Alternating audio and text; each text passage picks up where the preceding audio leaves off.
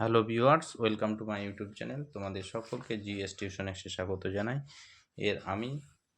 আজকে আমি তোমাদের নবম শ্রেণীর ইতিহাস ও পরিবেশ জিকে পাহাড়ি ডক্টর সুভাষ বিশ্বাসের প্রথম অধ্যায়ে ফরাসি বিপ্লবের পার্ট 2তে আজকে একটি বাক্যে উত্তর দাও প্রশ্নগুলি নিয়ে আলোচনা করব। এর আগে তোমাদের ভিডিওতে এমসিকিউ, সত্য মিথ্যা, ডান দিক বাম দিক এবং বিবৃতিগুলো নিয়ে আলোচনা করেছিলাম। তো আজকে আমি তোমাদের এক কথায় উত্তর দাও প্রশ্নগুলি নিয়ে আলোচনা করব। তো দেখতে থাকো তোমরা। প্রথম প্রশ্ন আছে, বিপ্লব কথার অর্থ কী? দেখো, বিপ্লব কথার অর্থ হচ্ছে আমূল পরিবর্তন, মানে কোনো প্রচলিত ব্যবস্থা। দেখো এখানে দেওয়া আছে, তোমাদের একটু দেখায়।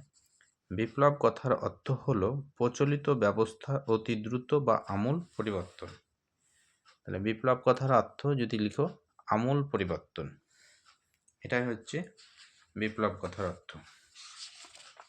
2 নম্বর প্রশ্ন আছে, দেখো 2 নম্বর প্রশ্ন আছে, কোন রাজার আমলে ফরাসি বিপ্লব ঘটে?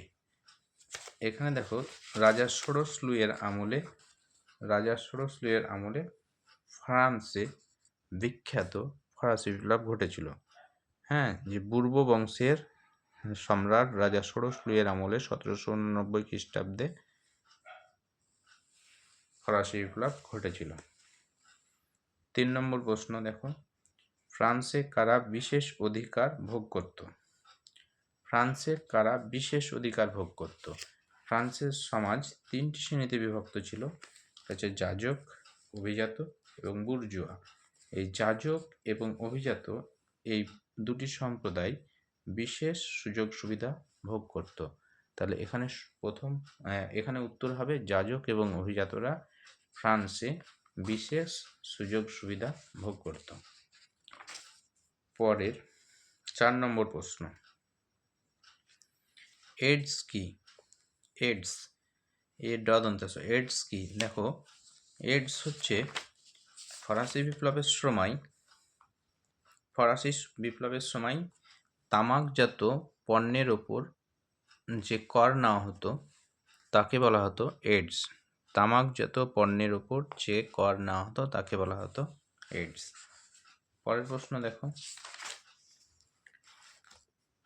করভি কি? করভি কি? ফরাসি বিপ্লবের সময় দেখো খেটে খাওয়া অসহায় মানুষেরা যে বাধ্যতামূলক বেগারশ্রম দান করত সেটাকেই বলা হতো করভি। দেখো, করভি হচ্ছে বেগার শ্রমদান। করভি কথার অর্থ বেগার শ্রমদান। ফরাসি বিপ্লবের সময় শ্রমিক শ্রেণীর লোকেরা, অসহায় দরিদ্র শ্রেণীর লোকেরা এই শ্রমদান করত। তারপরে আছে লেতার দি ক্যাসে কি?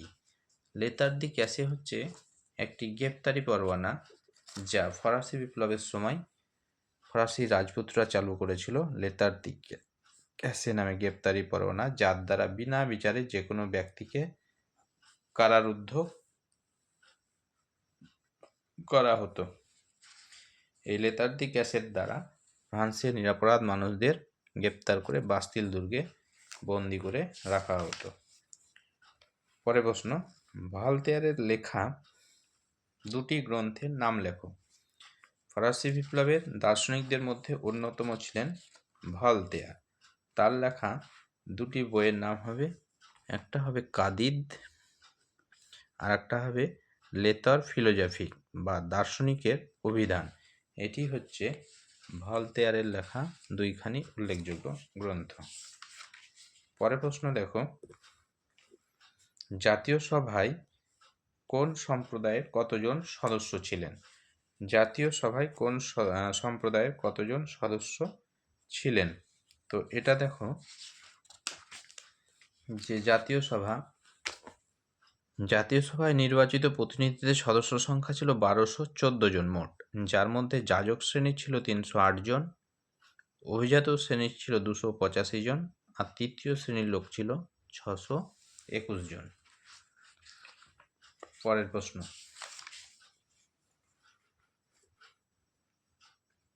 কবে বাস্তিল দুর্গের পতন ঘটে? বাস্তিল ছিল ফরাসি বিপ্লবের স্বৈরাচারের প্রতীক। এটির পতন ঘটেছিল 1789 খ্রিস্টাব্দের 14ই জুলাই। দেখো 1789 খ্রিস্টাব্দে 14ই জুলাই বাস্তিল দুর্গের পতন ঘটেছিল। তারপরের প্রশ্ন আছে, দেখো সন্ত্রাসের শাসনের সময়কাল উল্লেখ করো। ফ্রান্সের যে বিখ্যাত জ্যাকোবিন দলের নেতারা সন্ত্রাসের শাসন রাজত্বের সূচনা করেছিল, তার কার্যকাল ছিল 1793 খ্রিস্টাব্দের 2 জুন থেকে 1794 খ্রিস্টাব্দের 27 জুলাই পর্যন্ত টানা 14 মাসের যে শাসন ব্যবস্থা, সেটাই ছিল সন্ত্রাসের শাসনের সময়কাল। 1793 খ্রিস্টাব্দের 2 জুন থেকে 1794 খ্রিস্টাব্দের 27 জুলাই পর্যন্ত সন্ত্রাসের রাজত্বের সময়কাল ছিল। তো আজকের ভিডিওতে তোমাদের এ পর্যন্তই। পরের ভিডিওতে তোমাদের পরের প্রশ্নগুলো নিয়ে আলোচনা করব। তো আমার ভিডিওটি যদি তোমাদের ভালো লাগে তাহলে লাইক, কমেন্ট, শেয়ার করো। আর ভিডিওটি ভালো লাগলে আমার চ্যানেলটিকে তোমরা অবশ্যই সাবস্ক্রাইব করে পাশে থেকো।